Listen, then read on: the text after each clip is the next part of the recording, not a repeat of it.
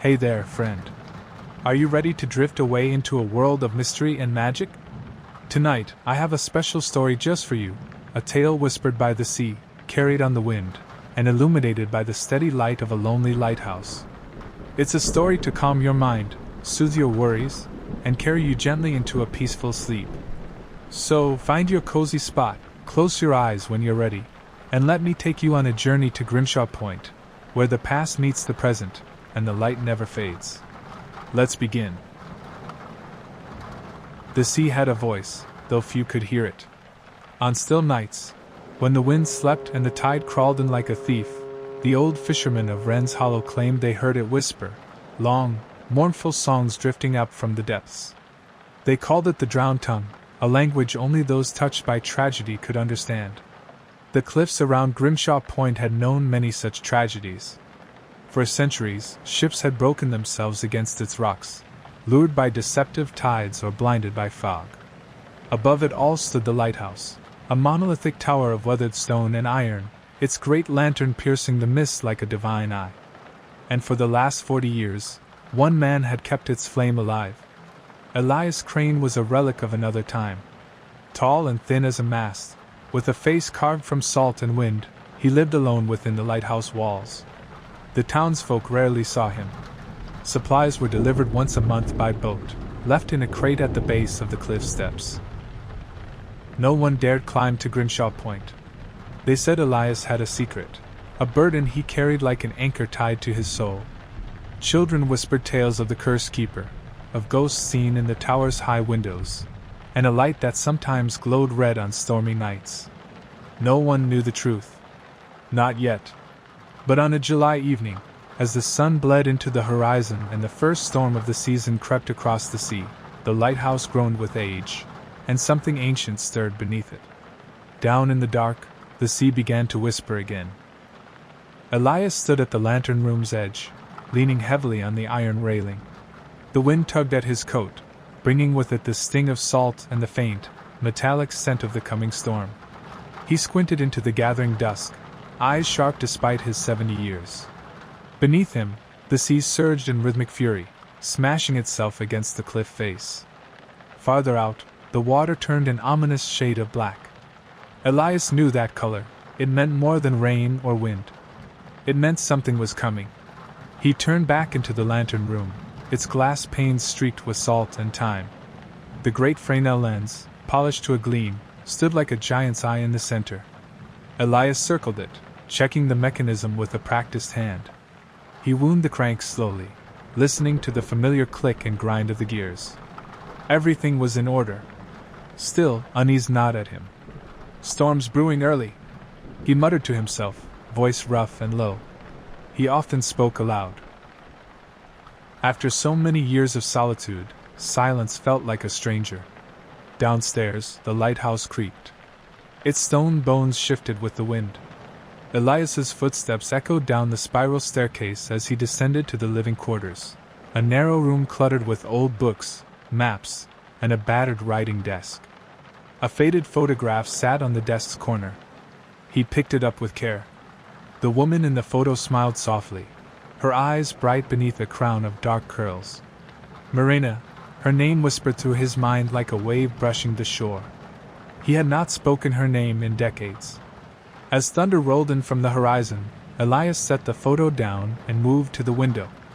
For a moment, he thought he saw movement, a flicker on the water, too distant to discern.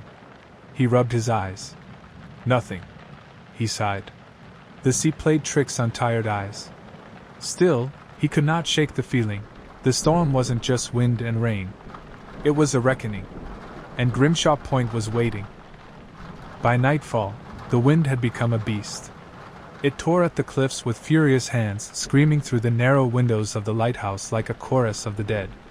Rain lashed the glass in angry sheets, and lightning split the sky with increasing violence, illuminating the churning sea in brief, brilliant flashes. Elias worked steadily in the lantern room, his fingers tightening bolts and testing the arc of the rotating beam. The machinery groaned under the strain of the wind, but it held, for now. As he adjusted the oil valve, the storm gave a sudden, bone-shaking roar. The tower trembled. "Hold together," Elias murmured, patting the stone wall beside him. Just a bit longer, old girl. The light pulsed out over the black water, a golden eye sweeping across the horizon. For sailors, it meant safety. For Elias, it was a vow. Each storm brought back memories of that night, her final night. He had told himself, year after year, that the sea had taken Marina by accident. That no one was to blame. But lies were heavy, and Elias's back had long since begun to ache under their weight. A sharp knock echoed through the tower. He froze. No one visited during storms. No one climbed the cliff path when the wind could tear a man from the rocks. The knock came again, slow, deliberate. He descended cautiously, oil lamp in hand. The wind should have drowned out any sound, and yet, he heard it, clear as a bell. As he reached the heavy door, it creaked open before he could touch it. Rain and darkness poured in, and standing in the doorway was a figure, soaked, hooded, and silent. For a moment, Elias thought his heart would stop. "Who are you?" he demanded, voice louder than he intended. The figure raised its head. Beneath the dripping hood, a pale face stared back at him, eyes dark and strange. "I've come for the light," the visitor said, voice soft as mist. Lightning flared, and in that instant the visitor was gone. The doorway was empty. Only the sea remained. Elias stood motionless in the doorway, heart thundering louder than the waves. Rain battered his face, cold and sharp, but he felt none of it. The visitor's words echoed in his ears. "I've come for the light." He stepped outside, lantern held high. The storm surged around him, turning the world into a blur of shadows and shrieking wind. Below, the sea heaved like a living thing. Far out in the darkness, a faint glow appeared. At first, he thought it was lightning, but it didn't flicker or fade. It moved. Elias wiped rain from his eyes and squinted through the storm. The light grew brighter, resolving into a form, a ship, or something like one, sailing straight toward Grimshaw Point. No lanterns adorned its mast. No flag fluttered in the storm. Its sails were tattered, its hull blackened and ancient. And it made no sound.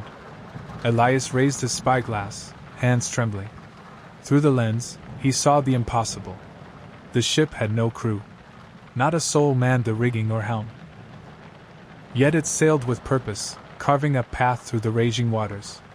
Then his eyes caught a figure, just one, standing at the bow. A woman in a long coat, hair whipped by the wind, face pale as moonlight. Elias stumbled back, spyglass falling to the stones with a clatter. "Marina!" he whispered, breath stolen from him. It couldn't be. She was gone, dead for nearly 50 years. Swallowed by these very waves. He had seen her fall. He had heard her scream vanish beneath the storm. And yet there she was, staring at him across the gulf of time. The ship drew closer. Elias's instincts kicked in. He turned and ran back up the tower, taking the steps two at a time, boots slipping on the slick stone. He reached the lantern room, breath ragged, and turned the beam toward the incoming vessel. The great light swung out over the sea, and for a moment, it bathed the phantom ship in its glow. No flag. No name. No crew. And the woman at the bow raised her hand. Elias staggered back. The light flickered. The light faltered, casting wild shadows across the lantern room. Elias braced himself against the wall, heart pounding. His mind reeled, not just from the ship, or the impossible figure aboard it, but from her. The hand raised toward him in the storm stirred memories he had tried to bury for half a century. Marina Blake. She had come into his life like a storm, sudden, electric, and full of purpose. In 1875, Elias had been a young captain aboard the Sea Wraith, a sleek schooner built for speed and daring. Marina had joined the crew in Lisbon, claiming to be a scholar, researching ancient maritime routes. She paid handsomely for passage and had no patience for questions. But Elias asked them anyway. He remembered their long nights at sea, her face lit by lantern light as she pored over maps and sea charts, always chasing something just out of reach. "What are you really looking for?" Elias had asked her one night as the ship sailed under a canopy of stars. Marina had smiled. Mysterious, knowing. Something lost. She whispered. Something the sea keeps for itself. He hadn't pressed her then. He didn't need to. In time, Marina had shared more than secrets. She had shared herself.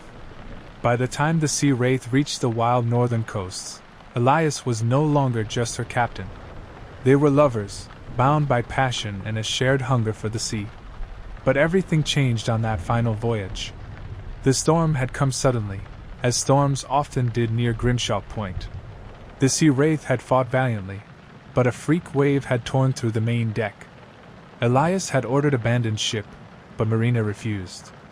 There's something down there, she had shouted, clutching a strange amulet to her chest. I can feel it calling me. He tried to stop her. But the deck had splintered beneath her feet, and she had vanished into the sea's dark mouth. Elias never saw her again. Until now. By dawn, the storm had passed, but Elias found no peace. He'd remained awake through the night, eyes fixed on the sea, waiting for the ghost ship's return. But the horizon remained empty, cloaked in mist.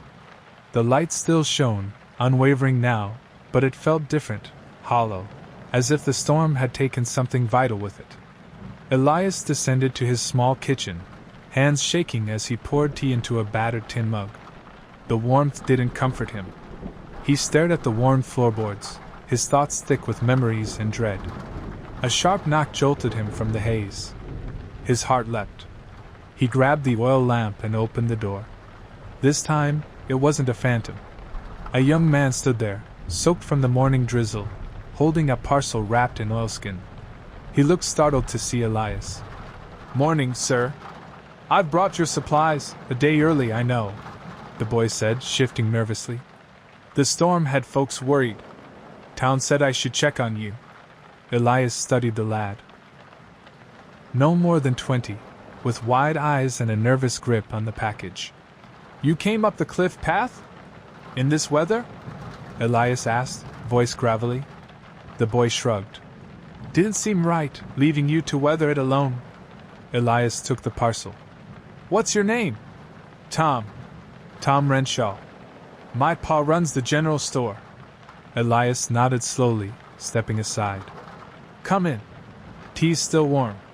Tom hesitated, then entered, eyes darting to the strange artifacts on shelves, old maps, model ships, and an ancient brass compass still ticking away on the mantel. You see anything strange last night? Tom asked, voice casual, but Elias heard the tension beneath. Elias paused. Strange? Some folks said they saw lights off the coast. Ships that weren't there come morning. My granddad used to say Grimshaw Point attracts things. Elias sipped his tea, gaze distant. They're not wrong. Tom lingered, eyes roaming the strange, cluttered room. Elias noticed him staring at a rusted brass key hanging from a hook by the fireplace. He followed the boy's gaze and frowned. That key's older than both of us put together, Elias said gruffly. It opens something I'd rather leave shut. Tom turned, curiosity plain on his face. What does it open? Elias didn't answer. Instead, he reached for a small, locked chest tucked beneath the stairs. With a sigh, he retrieved the key, its weight heavy with years and guilt. You ever heard the name Sea Wraith, Tom? The boy shook his head. No, sir. Elias knelt, the key slipping into the lock with a reluctant click. The chest opened, revealing an oilskin-bound logbook, its leather cover cracked with age. On the front, in faded ink, was the name, Captain Elias Crane, Sea Wraith, 1875. Tom watched in silence as Elias opened the book. The pages were brittle, ink smudged by time, but the entries were clear. Elias read aloud. August 3, 1875. Sighted strange lights near Grimshaw Point. Marina claims they match the legends she's chasing. I'm beginning to fear what we've found. Tom stepped closer, frowning. Marina? Who was she? Elias turned the page, hand trembling. Someone I loved. Someone I lost. He flipped to the final entry. August 5, 1875. The storm is upon us. Marina is gone, swallowed by the sea. The amulet, gone with her. I should have never agreed to this voyage. The sea does not forgive. Tom's eyes widened. Amulet? Elias closed the book sharply. Accursed thing. And now it's back. Outside, the sea was calm, but Elias knew better. The past was rising, and Marina was coming with it. That night, sleep did not come easily to Elias. He lay in his narrow bed beneath the slanted ceiling, listening to the groan of the lighthouse and the distant call of the tide. Every sound seemed sharper, closer, as if the sea itself pressed against the stone walls, demanding to be heard. When he finally drifted off, memories came, not as dreams, but as vivid scenes playing behind his eyes. It was the final voyage of the Sea Wraith, nearly 50 years ago. The storm had surrounded them, monstrous and sudden. Waves taller than houses battered the deck. Sailors shouted, ropes snapped, and amidst the chaos, Marina stood unshaken at the bow. She held the amulet, an ancient thing of green stone and gold, etched with symbols Elias had never understood. It pulsed with a faint, eerie light. You have to let it go! Elias had screamed over the storm, grabbing her arm. It's not worth your life! Marina had looked at him then, eyes wild, alive with purpose. You don't understand, Elias. This is bigger than us. The sea is calling for it. It belongs to her. Before he could stop her, she tore herself free and leapt. Elias had reached for her, fingers grazing hers in the air, but it was too late. She fell into the roiling dark, the amulet flashing once before the waves closed over her. The storm took her, and the ship barely survived. Elias never saw the amulet again, or so he thought. He awoke with a start, heart hammering, the memory still sharp. Moonlight filtered through the window. On the small table beside his bed lay the logbook, and next to it, something glinted. His blood ran cold. The amulet. Wet, gleaming, and impossible. Elias stared at it, breath frozen. She had returned it. And she wanted something in return. The amulet sat heavy and glistening on the table, a dark green gem set in twisted gold. Elias reached for it with a trembling hand, his fingers brushing the stone. It was cold, unnaturally cold, like something pulled from the depths of the sea. He jerked his hand back. The air around him seemed thicker now, humming faintly. Shadows danced along the walls, flickering with each heartbeat. He stood abruptly and crossed to the fireplace, tossing another log on the dying embers. The flames flared, and in them, he thought he saw her face. Marina. Watching. Not with anger, but with need. Elias swallowed hard, turning from the fire. The amulet pulsed once more, then dimmed. He knew it wasn't just an artifact. It was a key. And he knew, with bone-deep certainty, where it led. There were rooms beneath the lighthouse few knew about, built long ago when the tower was first raised on these cliffs. Old keepers had spoken of tunnels and vaults below the rock, places best left sealed. Elias had never dared to explore them fully. Until now. He took the amulet, wrapping it in cloth, and fetched the old brass key. It turned easily in the rusted lock beneath the stairwell. A hidden panel creaked open, revealing a narrow stone stair descending into darkness. Lantern in hand, Elias descended. The air grew damp and foul as he moved deeper. The walls wept salt. Strange symbols marked the stone, worn by time but still legible. He recognized them from Marina's journals. Older than the sea itself, she'd said once, tracing those same symbols. This lighthouse was built on ancient bones. At the tunnel's end stood a heavy iron door. Elias hesitated. Beyond lay the truth, the heart of whatever Marina had pursued, and the secret she had died for. He pressed the amulet to a small, circular recess in the door. It clicked, and slowly, the door began to open. The iron door groaned as it swung open, revealing a cavernous chamber beneath the lighthouse. The faint glow from Elias's lantern barely reached the farthest corners, where darkness pooled like ink. Inside, the air was thick with salt and something else, something ancient, almost alive. Elias stepped cautiously onto the stone floor. Around him, Shelves lined with weathered bottles and faded scrolls hinted at a forgotten history. But his gaze was drawn to the center of the room. There, resting on a stone pedestal, lay a carved wooden box, bound with iron bands. He approached slowly, heart pounding. The amulet pulsed again, responding to the presence of the box. With a shaking hand, Elias lifted the lid. A cold wind swept through the chamber, extinguishing his lantern. Darkness engulfed him, and for a moment, Elias felt as if the sea itself had risen to swallow him whole. Then, from the shadows, a voice whispered, "Elias!"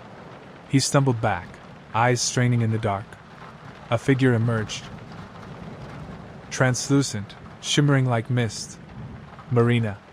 Her eyes held sorrow and urgency. "You opened the seal," she said softly. "The past is not dead. It waits." "Marina," Elias choked. "Why are you here? What do you want?" She reached out, but her hand passed through his chest like water. "The sea remembers. The curse must end. But it needs the Keeper's light, and your heart." Lightning flashed far above, illuminating the chamber in a ghostly blue. Suddenly, the walls seemed to ripple, and other shapes emerged, figures lost to time, sailors drowned and bound to the sea's will. "Beware the depths, Elias," Marina warned. "They come for what you guard." The lighthouse trembled once more, and the return of the dead had begun. The spirits swirled around Elias like a storm inside the chamber, their ghostly forms flickering in and out of existence. Each carried the weight of sorrow and rage, the countless souls lost to Grimshaw Point's merciless waters. Elias's breath came fast. "How do I stop this? How do I end the curse?" Marina's face was calm but resolute. "You must return the amulet to the sea. Only then will the restless be freed. But the storm is growing. The lighthouse might not hold." She nodded. "Then we fight, for the light, and for those lost." The air crackled as the chamber trembled beneath them. A distant rumble warned of the cliff's precarious hold against the pounding waves.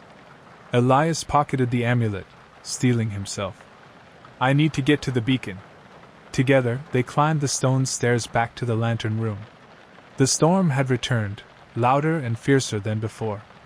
The lighthouse groaned as wind tore at its walls, and the sea rose in monstrous waves. At the top, Elias took the amulet in his hand and stepped out onto the narrow balcony. Lightning revealed a dark shape crashing against the rocks below, the phantom ship, circling like a predator. Marina's voice whispered in the wind.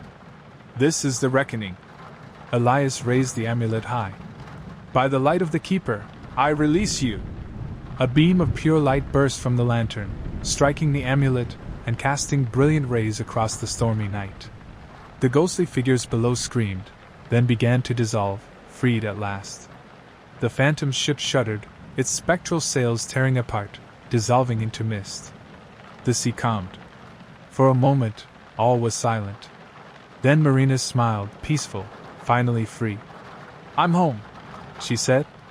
And as dawn broke over Grimshaw Point, Elias knew the light would never go out again. The first light of dawn filtered gently over Grimshaw Point, painting the sky in soft hues of pink and gold. The storm had passed, leaving behind a world washed clean, as if nature itself had taken a deep breath and begun anew. Elias stood at the edge of the cliff, the amulet now cold and inert in his palm. The sea below was calm, its restless fury quelled, for the first time in decades. The lighthouse beam rotated steadily, a steadfast guardian shining into the morning mist. He felt the weight of years lift from his shoulders. Behind him, the lantern room was quiet. No signs of the ghostly visitation remained, only the faint scent of salt and the lingering echo of Marina's presence. Elias looked out over the waves and whispered, "Rest now, Marina. You're free." From the village below, distant bells began to toll, the fishermen emerging cautiously from their homes, their faces alight with hope. Word would spread soon, the light had survived the storm. The curse had been broken. Tom Renshaw, the young supply boy, was already making his way up the path toward the lighthouse, a determined smile on his face. Elias thought of the boy's eyes, curious, unafraid, ready to inherit the mantle of keeper. Turning back inside, Elias carefully placed the amulet into the locked chest, securing it with the brass key. Some secrets, he thought, were meant to rest beneath the waves, guarded by light and memory. He sank into his worn chair, exhaustion finally catching up to him. The past was laid to rest, and for the first time, Elias allowed himself to believe in a future bright with the promise of dawn. Days passed, and the village around Grimshaw Point slowly returned to life. The fishermen repaired their nets, the markets buzzed with fresh catches, and the tales of the storm and the phantom ship turned into whispers around firesides.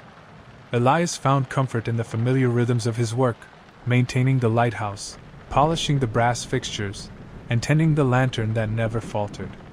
Yet, a quiet loneliness clung to him, a reminder of all that had been lost.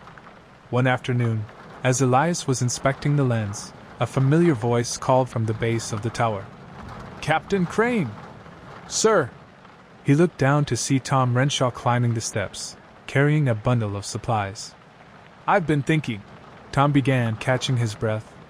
"I want to learn from you. About the lighthouse, the sea, and everything." Elias studied the boy, the same determination he'd seen during the storm. "Are you sure?" Elias asked, smiling faintly. "It's a lonely life, and not an easy one." Tom nodded eagerly. "I'm ready. I want to help keep the light burning." For the first time in years, Elias felt a spark of hope. He placed a steady hand on Tom's shoulder. "Then welcome, keeper in training." Together, they climbed the spiral stairs, the light above them turning steadily toward the horizon. The legacy of Grimshaw Point would live on. Years slipped by like the tides, and Grimshaw Point's lighthouse remained a steadfast sentinel over the restless sea. Under Elias's watchful eye, and now Tom's eager hands, the light never faltered. Storms came and went, but none could extinguish the beacon that had once been the gateway between the living and the dead. Villagers whispered of the strange events long ago, the phantom ship, the lost captain's love, and the cursed amulet. Some said the sea itself had claimed its due, only to be soothed by a light born of sacrifice and courage. Others believed the tale was a warning, passed down to keep the curious from tempting fate. But for Elias, and later Tom, it was never just a story. It was a reminder of the power of memory, love, and the duty to protect what others cannot see. One evening, as the sun dipped below the horizon, painting the sky in flames, Elias stood beside Tom on the lighthouse balcony. The sea stretched endlessly before them, calm and mysterious. Tom looked out, his eyes reflecting the glowing lantern. "Do you think she's really at peace now?" he asked softly. Elias smiled, the lines of years etched deep but his spirit steady. "I do," he replied. "Because the light still shines. Because we keep it burning. The sea may hold its secrets, but here, on these cliffs, hope lives on." A cool breeze stirred the air, carrying the faint scent of salt and something else, something like a whisper. Marina's voice, distant yet near. And as the stars blinked awake overhead, the lighthouse beams swept once more across the water, a promise eternal, that no darkness, no storm, could ever truly silence the light. Thank you for joining me on this journey through mystery, memory, and the gentle power of hope. Now let your mind drift like the waves, slow and peaceful. And may your sleep be deep and filled with calm. If you enjoyed this story, feel free to come back anytime. You'll always have a place here to rest and dream. Good night, dear friend. Sleep well.